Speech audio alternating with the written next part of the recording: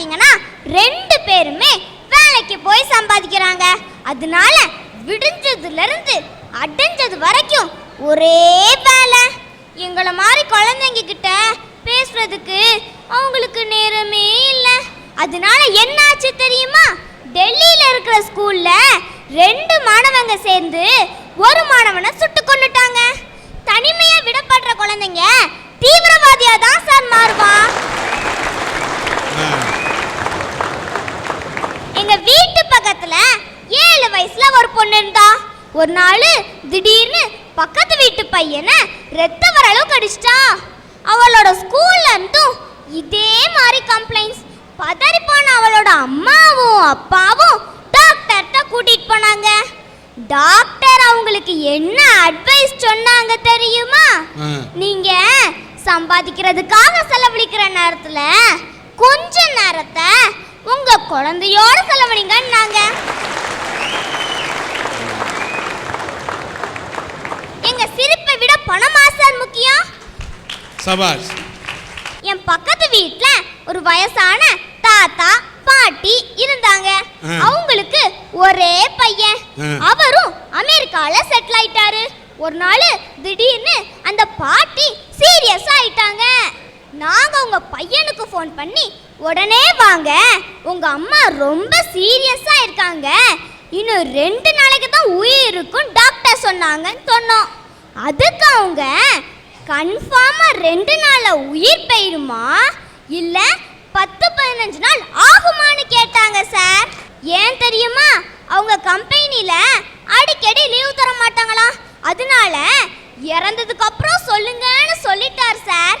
பெத்து வளர்த்த தாய் தகப்பனை கூட பார்க்க நேரம் இல்லாம பாசங்கிற வார்த்தையே மறந்துட்டு மனுஷன் எந்திரமா ஓடிக்கிட்டு நிம்மதியை தேடிக்கிட்டு இருக்கான் சார்.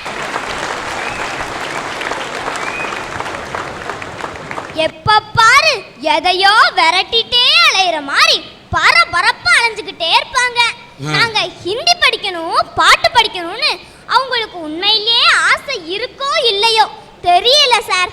ஆனா அவங்க வர்ற வரைக்கும் நாங்க சும்மா இருக்க கூடாதுன்னு நினைச்சு ஒவ்வொரு கிளாஸா எங்களை பிடிச்சு தள்ளி எங்களையும் பரபரப்பா ஆக்கிட்டாங்க. வேற ஒண்ணும் இல்ல, ஒரு பெரிய இயந்திரம் ஒரு சின்ன இயந்திரத்தை உருவாக்குது. மொத்தத்துல வீடே ஒரு தொழிற்சாலையா மாறிக்கிட்டு இருக்கு. ஒவ்வொரு குழந்தையோட மனசும் எப்படிப்பட்டது தெரியுங்களா? ஒரு பேங்க் மாதிரி. உடனே பணத்தை கேட்டாதீங்க. பேங்க்ல பணத்தை போட்டா அது வட்டியும் முதலுமா திரும்ப கிடைக்குதுல சார். அதே மாதிரி நீங்க எங்களுக்கு அன்பையும் பாசத்தையும் தாங்க, நாங்க அதை வட்டியும் முதலுமா திரும்ப தாரோம். கடன் மேல கடன், கடன் முடிஞ்சு கடன், இப்படி கடன்ல தொடங்குற இவங்களோட வாழ்க்கை அன்பு பாசங்கிற வாழ்க்கை கடன் அடைக்க முடியாமலே முடியுது சார். வீட்டுக்குள்ளேயே 5000-10,000 செலவழிச்சு மீனை வளர்க்காங்க. கேட்டா டென்ஷனை குறைக்கவா? ஏன் சார் வீட்டை விட்டு வெளியே வந்து நிமிர்ந்து சூரியனை, மேகத்தை, நட்சத்திரத்தை, சிட்டுக்குருவிய, வண்ணத்து பூச்சை, ஏன் குழந்தைங்க புதுசா கத்துக்கிட்ட விஷயத்த கவனிச்சாலே போதுமே, டென்ஷன் போய் நிம்மதி ஆட்டோமேட்டிக்கா வந்துடும் சார். இந்த 5 தலைப்புல ஒவ்வொருத்தருமே ஒவ்வொரு கோணத்தில் அற்புதமாக பேசினாங்க.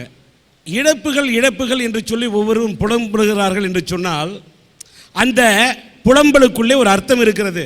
அர்த்தம் இல்லை என்று யாருமே சொல்ல முடியாது. நாகரிக மோகத்தால் கிராமிய மனத்தை இழந்து விட்டோம் என்று இந்த அரும்பு புலம்புகிறது. நாளைக்கு வாழ துடிக்கக்கூடிய இந்த மலர் புலம்புகிறது. என்ன காரணம்? இந்த சின்ன பையன் புலம்புறார். என்ன காரணம்? அந்த கிராமிய மனத்தின் மீது இருக்கக்கூடிய பிடிப்பு. இது இந்த பெண்ணுக்குள்ள குணம் என்று நான் நினைக்கவில்லை, இது இந்த மண்ணுக்குள்ள குணம் என்று நினைக்கின்றேன். பெற்றோர்கள் எந்த வாழ்க்கையில் நிம்மதியை இழந்துட்டாங்க. பணம்னு சம்பாதிக்கிறீங்களே, பணம் சம்பாதிக்க வேண்டியதா? பணம் மட்டுமே நிம்மதியை கொடுத்துருமா? நான் கேட்குறேன், பிள்ளைக்கு உடம்பு சரியில்லை, அந்த பிள்ளைக்கு படுத்திருக்கக்கூடிய குழந்தைக்கு போய் பணம் இருக்கிறது, நீ குணமாகி வந்து விடுவாய் என்று சொல்லுங்கள், எழுந்திரிச்சு வர முடியாதுங்க.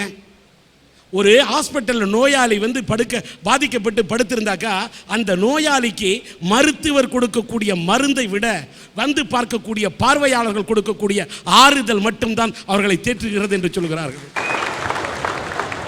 அதை மாதிரி ஒவ்வொரு பெற்றோர்களும் எந்திரமாக உழைத்தால் மட்டும் போதாது, தன் குழந்தைகளோடு மனம் விட்டு பேச வேண்டும் என்ற இந்த தாரக மந்திரத்தை புரிந்து கொண்டால் மட்டும்தான் குழந்தைகளை நல்ல முறையில் வளர்க்க முடியும். ஆக எந்திர வாழ்க்கையிலே மனிதர்கள் நிம்மதியை இழந்து விட்டார்கள் என்று புலம்புகிறார்கள் என்று சொன்னால் அதில் அர்த்தம் இருக்கு. அடுத்தது, இந்த நாட்டில் நேர்மை வேண்டும், நேர்மை இழந்து அதிகாரிகள் செயல்படுகிறார்கள் என்று சொன்னால் உயரலாம். உயரத்துக்காக எல்லாருமே நேர்மை இழந்துகிட்டு இருந்தால் நாடு எங்கே போகும் அப்படிங்கிறதுக்காக தான் அவர்கள் அதை இழந்து விட்டோமே என்று அவர்கள் புலம்புகிறார்கள். நாம் பிஃபார்ம் படித்தா கூட படிக்கக்கூடிய படிப்பில் பிஃபார்ம் இருக்குது, ஆனால் ஒரு ஃபார்மோடு வந்து அந்த பொண்ணு பேசுது. என்ன படிக்கக்கூடிய படிப்பில் இருந்தாலும் அந்நிய மோகத்தால் தமிழ் உணர்வை இழந்து விடக்கூடாது என்று அந்த பெண் புலம்புகிறார். ஆக அதனால் இதை இழந்தோம், இதனால் அதை இழந்தோம் என்று இழப்பு என்று சொல்லிக் கொண்டிருந்தால் எப்படி இருக்கும் முன்னேற்றம்? இதெல்லாம் வந்து வளர்ச்சின்னு பார்க்கணும்னு சொன்னால் எதுவுமே இழப்பு இல்லை, சிலதை இழந்தா தான் வளர்ச்சியை பெற முடியும் என்று அவர் எடுத்து அழகாக பேசினார். இந்த அரட்டை அரங்கத்தின் மூலம் நாங்கள் என்ன தெரியுமா சொல்கிறோங்க, வளர்ச்சி என்பது விஞ்ஞானத்தின் வளர்ச்சி என்பதை யாராலுமே தடுக்க முடியாது. ஒரு காலத்தில் மாட்டு வண்டியில் போயிட்டு இருந்தோம், அப்புறமா சைக்கிளில் போனோம். சைக்கிளில் போயிட்டு இருக்கிறவன் மோட்டர் சைக்கிள் வந்தோன்னா சைக்கிளை ஒழிச்சிட முடியுதா? முடியாது. எத்தனை மோட்டர் சைக்கிள் வந்தாலும் சைக்கிள் இருந்துக்கிட்டு தான் இருக்கும். நாடகக்கலை இருந்து கொண்டு இருந்தது. அந்த காலத்தில் கூத்து ஆடிக்கிட்டு இருந்தாங்க. சினிமா வந்தது, திரைப்பட கலை வந்தவுடன் நாடகக்கலை அழிந்துவிடும் என்று சொன்னார்கள். நாடகக்கலை பாதிச்சுது, இல்லைன்னு சொல்லலை. இன்றைக்கு சினிமா இருந்து கொண்டிருக்கும் போது சின்னத்திரை வந்தது. சின்னத்திரை வந்ததும் வண்ணத்திரை அழிந்துவிடும் என்று எல்லாரும் பயந்தாங்க. இன்னைக்கு சின்னத்திரை வந்ததற்காக வண்ணத்திரை திரையரங்குகள் மூடப்பட்டது. அதுக்காக திரைக்கலையே மறைந்து விடவில்லை, திரையரங்குகள் முழுக்க மூடிவிடவில்லை. இன்றைக்கும் திரையுலகம் வாழ்ந்து கொண்டிருக்கிறது. வளர்ச்சி என்பதை யாராலுமே தடுக்க முடியாது. வளர்ச்சி குறித்து எங்களுக்கு மகிழ்ச்சி. ஆனால் அந்த வளர்ச்சியில் ஒரு கண்ணோட்டம் மாறுபடுகிறது. என்ன கண்ணோட்டம்? ஆடை மாறலாம் சார், ஆடை மாறலாம், ஆனால் தமிழனின் அடையாளம் மாறிவிடக்கூடாது. நம்முடைய தமிழ் மொழியும் நம்முடைய தமிழ் கலாச்சாரத்தையும் பேண்ட் போட்டுக்க வேணாங்கள. ஒரு பொங்கல் அன்னைக்காவது வேட்டி கட்டியா? ஒரு பொங்கல் தமிழனோட திருநாள், கோயில் போற அன்னைக்காவது வேட்டி கட்டியா? அடையாளத்தை மறந்துடுவியா? பட்டு சேலை உடுத்தணும். வீட்டில் தமிழ் பெண்கள் பாவாடை அணிய வேண்டும், தாவணி அணிய வேண்டும். கேரளத்து பெண்கள் தங்களுடைய பண்பாட்டை இழந்து விடுவார்களா? தமிழர்கள் நாம் நம்முடைய நாட்டின் பண்பாட்டை, கலாச்சாரத்தை, தமிழ் உணர்வை, தமிழ் இன உணர்வை நாம் இழந்து விடக்கூடாது. விதை இருக்கிறதே, விதையை விதைக்கிறோம், அது இழப்புதான், விரயம்தான். அந்த விதையை இழந்தால்தான் பயிரை நமக்கு கிடைக்கும். விஞ்ஞான வளர்ச்சி இருக்கும். அந்த விஞ்ஞான வளர்ச்சியிலே, அந்த மோகத்திலே, அந்நிய மோகத்திலே, அந்நிய நாகரிகத்திலே மொத்தமாக மூழ்கி தமிழன் தன்னுடைய கலாச்சாரம் என்ற வேரை இழந்துவிடக்கூடாது. ஒன்றும் இல்லைங்க, வெள்ளை நிறம் என்பது இந்தியாவில் தமிழ்நாட்டிலே சமாதானத்தின் அடையாளம். இதுவே சீன நாட்டிலே வெள்ளை நிறம் என்பது அங்கே துக்கத்தை குறிக்கிறது என்று சொல்கிறார்கள். ஆக நிறம் என்னவோ அதுதான், மனிதன் பார்க்கின்ற கோணம் மாறுபடுகிறது. அதை போல ஒரு முன்னேற்றம் என்பதை பெற வேண்டும் என்று சொன்னால் ஒன்றை இழந்தால் தான் இன்னொன்றை பெற முடியும். எல்லாவற்றிலும் மாற்றம் வரட்டும், ஆனால் நம் மனதிலும் ஒரு மாற்றம் இருக்கட்டும். எந்த மாற்றங்கள் வந்தாலும், எத்தனை மாற்றங்கள் வந்தாலும், உலகத்தை எங்கே போய் நீ சுற்றிட்டு வந்தாலும் இந்த தமிழ் மண்ணை நீங்கள் மறக்கக்கூடாது. தமிழனது பண்பாடு என்ற அந்த வேரை வெட்டி சாய்க்கக்கூடாது. எத்தனை வளர்ச்சி வந்தாலும் நாம் நம்முடைய அடையாளமாகிய தமிழனுடைய பண்பாட்டையும் கலாச்சாரத்தையும், இந்த தமிழரது கலையும் நாம் இழக்காமல் இருக்க வேண்டும்.